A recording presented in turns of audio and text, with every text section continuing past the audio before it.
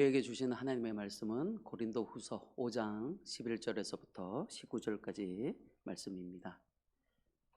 신약성경 290페이지입니다.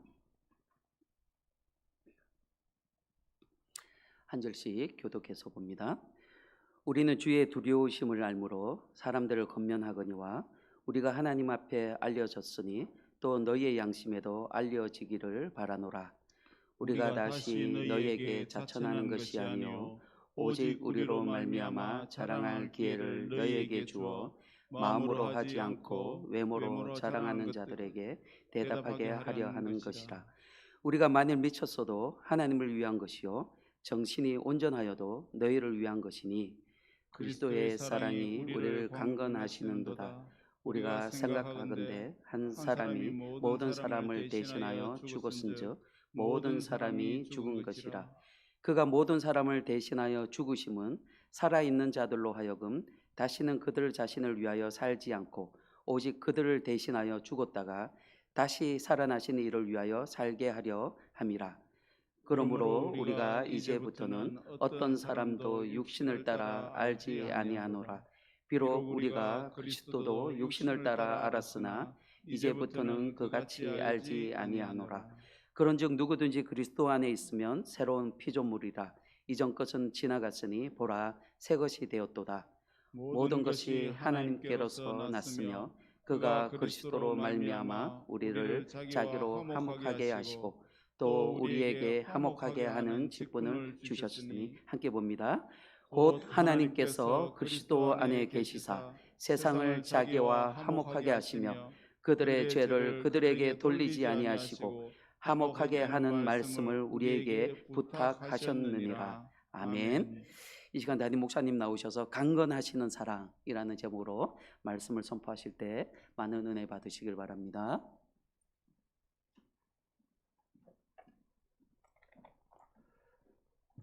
(2011년도) 한가위 여러분 잘 쉬셨습니까? 이번에 만나고 기도하고 계시는 여러분 가정 또 집안 모두가 예수님 잘 믿고 하나님 복을 받아 누리는 가정과 가문 되시기를 주의 이름으로 축복합니다. 사도 바울이 고린도 교회를 개척해서 떠나서 이제 마게도냐라는 지역에 선교하면서 순회하고 있었습니다. 그런데 고린도 교회의 성도들이 말하는 소문이 자기 귀에 들리는데 그 소문이 이상한 소문이었습니다. 그 내용이 무엇이었어요? 우리의 사도 바울은 미쳤다라는 말입니다. 사도 바울이 개척해서 1년 반 동안을 양육하고 훈련하고 예배 드리면서 이들을 자라게 했는데 떠나고 난 뒤에 이들이 하는 말이 사도 바울은 미쳤다 이렇게 말하는 것입니다. 여기서 엑시스템이라는 이 원어는 놀라다, 정신이 나가다, 미치다, 제정신이 아니다 하는 비난에 가까운 소리를 하고 있는 것입니다. 그렇다면 고린도 교회도 이 말을 할 정도라면 나머지 모든 지역의 사람들과 나머지 모든 지역의 성도들도 사도 바울은 미쳤다고 이런 소문을 낼 것은 분명합니다. 아니나 다를까 아그리빠 왕 앞에서 신문을 받을 때에 베스도 총독도 이를 향하여 하는 말이 이렇습니다. 같이 읽어볼까요? 사도행전 시작. 바울이 이같이 변명하며 베스도가 크게 소리내어 이르되 바울아 네가 미쳤도다. 네 많은 학문이 너를 미치게 한다 하니. 총독도 왕 앞에서도 너가 미쳤다 이렇게 말을 하고 있습니다. 그런데 사도 바울 곁에 있는 사람들은 사도 바울이 미친 거 모르고 있었고 아니다고 말하고 있습니다. 그런데 고린도 교회 사람들과 나머지 다른 사람들은 이 사도 바울을 볼 때마다 미쳤다 이렇게 말을 하고 있는 것입니다. 자신이 개척해서 세운 이 성도들로부터 미친 자라고 말을 들을 정도로 사도 바울은 무엇을 행했기에 또 이 말을 들었을 때의 사도 바울의 마음은 기분은 어땠을까요? 사도 바울의 반응은 이렇습니다. 그래, 내가 미친 것이 맞다. 내가 제정신이 아니라 미쳐 있다 이렇게 말을 하고 있습니다. 13절 보십시오. 우리가 만일 미쳤어도 하나님을 위한 것이요 정신이 온전하여도 너희를 위한 것이니 내가 미쳐 있는 게 맞다 이렇게 말을 하고 있습니다. 이 말은 내가 미쳤다는 소리를 들은 것도 괜찮다, 좋다, 오히려 미치지 않은 것이 비정상 아니냐 할 정도로 자랑스러워하고 있는 말입니다. 그렇습니다. 사도 바울은 미칠 수밖에 없었던 이유가 있었습니다. 그 이유가 14절에 말씀하시는데 보십시오. 그리스도의 무엇이? 예수님의 사랑이 우리를 강권해서 미치게 했다 이렇게 말씀하고 있었습니다. 우리가 생각하건대 한 사람이 모든 사람을 대신해서 죽었은즉 이 한 사람은 누굴 말합니까? 예수 그리스도를 의미하고 있습니다. 이 예수 그리스도 한 분이 죽으심으로 말미암아서 모든 사람을 대신하여 죽었은즉 모든 사람이 다 죽었고 이제 우리는 다시 예수님의 부활과 더불어 살아난 새 생명이다 이렇게 말씀하고 있습니다. 이 강권하다는 이 원어는 둘러싸다, 포로로 사로잡다. 나는 그러고 싶지 않은데 보이지 않는 그 힘이 자기를 포로 확 잡은 것이 강권하다 이런 뜻입니다. 그래서 내 마음속에 나는 가만히 있고 싶은데 나는 평범히 살고 싶은데 이상한 힘이 나를 확 강권해가지고 불타는 마음으로 열정적인 마음으로 나를 세워가고 있다 이렇게 표현하고 있습니다. 이것은 예수님의 사랑이 거부할 수 없는 사랑으로 다가오셨다는 것입니다. 내가 죽어야 되는데 예수님이 대신 죽어주셨는데 그 사랑을 아는 자라면 이 예수님께 미칠 수밖에 없다 이렇게 설명하고 있습니다. 또한 나를 살려내가지고 하나님의 화목을 증거하는 곧 예수님의 이 사랑을 증거하는 복음을 증거하는 미친 자로서 취급받는 것은 행복한 거다, 좋은 거다 이렇게 말씀하고 있습니다. 18절 말씀 같이 읽겠습니다. 시작. 모든 것이 하나님께로서 났으며 그가 그리스도로 말미암아 우리를 자기와 화목하게 하시고 또 우리에게 화목하게 하는 직분을 주셨으니. 직분이 뭐예요? 일이에요. 사역이에요. 내가 할 수 있도록 주신 그 일, 이 화목케 하는 이 직분 속에 미치고 열정적으로 살아가게 하고 있는 이것 자체가 나는 행복하다, 기쁘다, 즐겁다 이렇게 말씀하고 있습니다. 많은 사람들이 돈에 미치고 사람에 미치고 권세에 미치고 온갖 이 욕심에 미치고 가고 있을 때에 하나님께서는 이 예수님의 사랑으로 미쳐서 열중하고 집중하고 그렇게 살아갈 수 있는 이것은 복된 삶이다 이렇게 말씀하고 있습니다. 곧 우리와 원수되었던 하나님 관계를 화목하게 만들었던 이 예수 그리스도 십자가 복음을 가지고 열정적으로 미쳐서 살아갈 수 있는 이것은 행복한 사람이고 즐거운 사람이고 복된 사람이다 말씀하고 있습니다. 이 미쳤다는 것은 교양을 넘어서는 교양 이상의 사람인 것입니다. 하나님께서는 우리에게 이 교양스럽다, 교양이 많다, 이 교양을 넘어서 미쳐 살아가는 이것을 예수님께서는 기뻐하시고 복된 삶으로 말씀하고 있다는 것입니다. 내가 욕심부렸고 사랑했던 모든 것을 내려놓고 버리고 오직 예수님만 사랑하면서 이것을 나누고 전하고 이것을 베푸는 그 인생이 얼마나 행복하냐 이것을 말하고 있습니다. 사실 사도 바울은 우리가 따라가는 학벌, 권세 다 가졌던 사람입니다. 나는 유대인 중에 유대인이고 바리새파 중에 바리새파이고 가말리엘 학문 곧 지금 말하면 서울대 같은 모습입니다. 그 모든 걸 다 가졌는데 이 모든 것을 배설물로 여긴다. 그리고 내가 발견한 예수 그리스도를 알아가는 것이 가장 고상한 거다 하면서 여기에 집중하고 몰입하고 미친 듯이 이 예수님을 증거하는 데 살아갔던 것입니다. 미치도록 뜨거운 사랑에 불타면 다른 사람이 의식이 안 됩니다. 쉬운 말로 다른 사람 눈치가 안 보이고 눈치 볼 필요 없이 그 일에 열중할 수 있다는 것입니다. 16절 말씀 보십시오. 그러므로 우리가 이제부터는 어떤 사람도 육신을 따라 알지 아니하노라. 그 사람이 권세가니 돈이 있니 학벌이 많으니 낮으니 이런 거 따지지 않고 하나님의 눈으로 바라볼 수 있도록 그렇게 변한다는 것입니다. 비록 우리가 그리스도도 육신을 따라 알았으나 이제부터는 그같이 알지 아니하노라. 그래서 사람들이 어떻게 보냐, 사람들이 어떻게 말을 하냐, 그런 것에 소문에 좌우되지 않고 오직 뜨거운 사랑의 열중이 일어나서 그 말씀, 복음 말씀 전가하는 이 삶이 내 인생을 지배하는 그런 인생으로 살아갈 수 있는 모습으로 갈 수 있다고 말씀하고 있습니다. 또한 자기 정체성, 내가 누군가, 인생의 목적이 뭐지? 내가 왜 살아가지? 이런 것에도 딱 정립이 돼가지고 흔들리지 않는 열중된 삶을 살아갈 수 있다는 말씀하고 있습니다. 17절 보십시오. 그런즉 누구든지 그리스도 안에 있으면 새로운 피조물이라. 새로 태어났다는 거예요. 이전 것은 지나갔으니 보라 새 것이 되었도다. 이전 것이 뭐예요?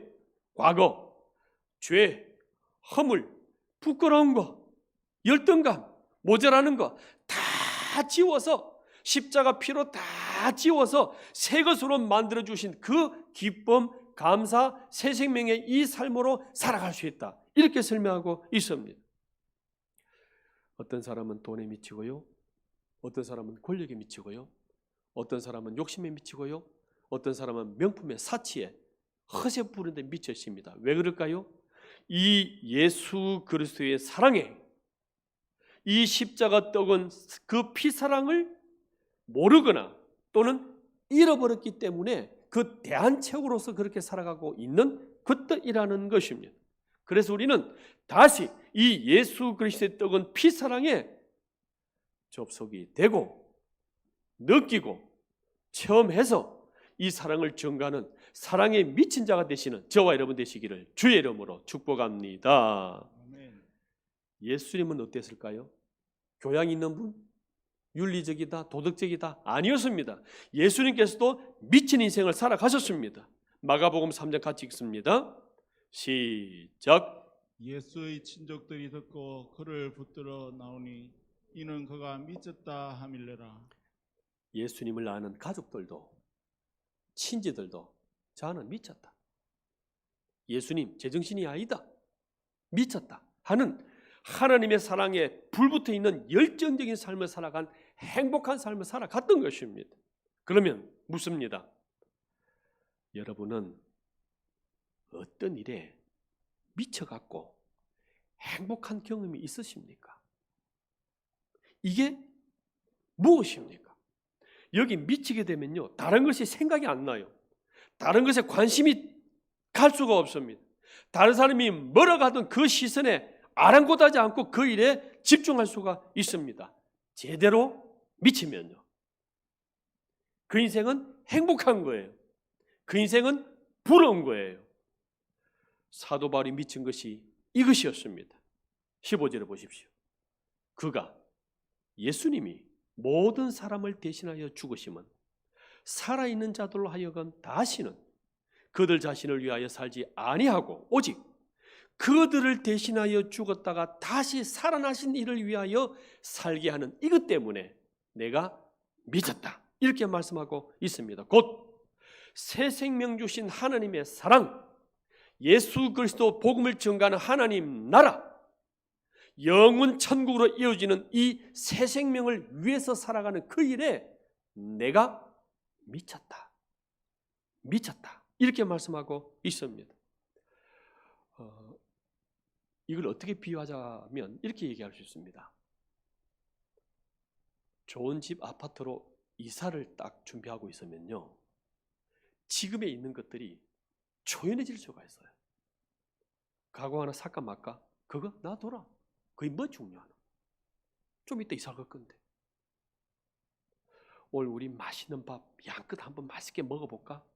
그게 뭐 중요하나? 우리 새집에 가면 얼마든지 누릴 건데 거기가 훨씬 좋다. 이 마당에 나무 하나 심어볼까? 그거 놔둬라. 그게 뭐 중요하나? 우리 새 아파트 가게 되면 그 넓은 좋은 곳에 화분에다가 좋은 나무, 란, 온갖 것들 다 갖추어서 마음껏 심고 가꿀 건데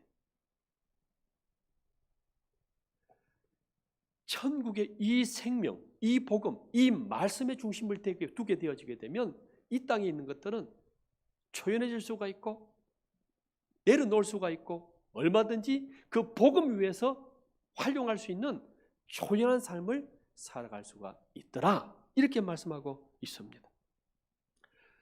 2017년도 2월 달에 가축 전염병 구제역이 발발했습니다. 2011년도에도 전국으로 다 발발해가지고 350마리가 살처분 죽였지요. 350이면 부산 시민 정도 수가 됩니다. 코로나로 인해서 죽어가는 사람도 있지만 구제역으로 인해 가지고 살처분 당하는 소, 가축들도 무수히 일어나고 있습니다. 사진 보시겠습니까?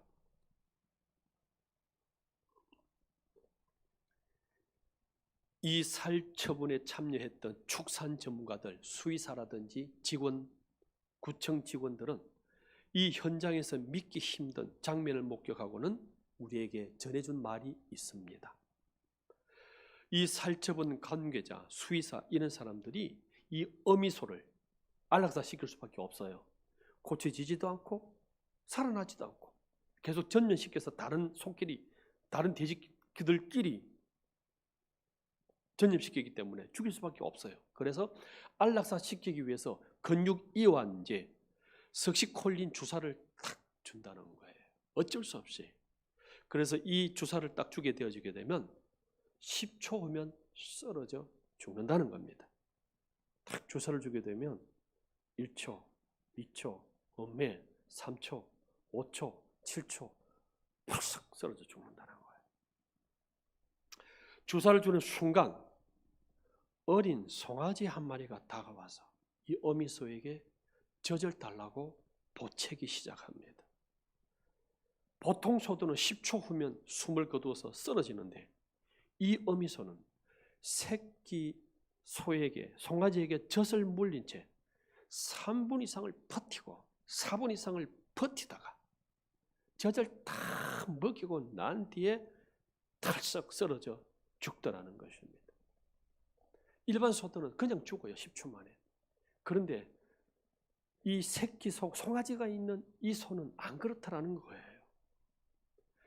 젖을 다 먹은 송아지는 영문도 모른 채 쓰러진 이 어미소 곁을 계속 맴돌면서 엄마를 찾는 것입니다. 이 현장을 본 요원들은 죽음도 뛰어넘는 이 어미소의 모정에, 이 어미소의 그 자식을 향한 본능에 눈물을 흘리고 있더라는 겁니다. 당시 어미소는 주사를 맞고도 3분이 넘도록 버티며 갓 태어난 이 새끼 송아지에게 젖을 다 먹이고 죽는 이 광경을 보면서 소라는 가축도 모성애가 이토록 강인하고 위대하더라, 이렇게 감탄을 표하더라는 것입니다. 죽어가면서까지 새끼 소를 살리고 젖을 먹이는 이 죽음을 버텨내는, 그렇게 죽어가던 이 어미소가 바로 예수님이라고 저는 묵상을 해봤습니다. 하나님과 우리 사이에 원수된 우리들을 향하여 그 피 흘리서 죽으신 그 예수님의 사랑이 이것이라는 것입니다. 핏방울 같은 기도의 땀을 누구 위해서 흘렸습니까? 얼굴에 흘러내리는 피가 눈을 덮고 몸을 덮습니다. 이 가시관의 피는 누구 위해서 흘렸던 것입니까? 상처 정도가 아니라 이 심장이 파열돼 가지고 물이 떨어질 정도의 죽음을 맞이했습니다. 누구 위해서요? 부요하셨던 그 예수님께서 다 버리고 가난하게 그 길을 가셨던 이유는 누구를 위해서 가난해지셨던 거예요? 저와 여러분을 위해서. 죄로 말미암아서 하나님과 원수되었던 우리들을 화목하기 위한 이 예수님의 그 사랑이 이 속에 있고, 이 사랑을 사도 바울은 강권에서 포로가 되었던 그 인생을 살았다는 것입니다. 우리는 정도의 차이는 있지만 무엇인가 미쳐야 삽니다. 내 인생을 집중할 수 있고 내 에너지를 쏟을 수 있는 이 미친 일이 없으면 방황해요. 그래서 대안책으로 다른 돈에, 사치에, 욕심에, 게임에 그렇게 미치기 시작하는 것입니다. 지금 저와 여러분은 어디에 미쳐 살고 있습니까? 지금 미쳐 있는 그곳에 계속 미쳐 살아도 되겠습니까?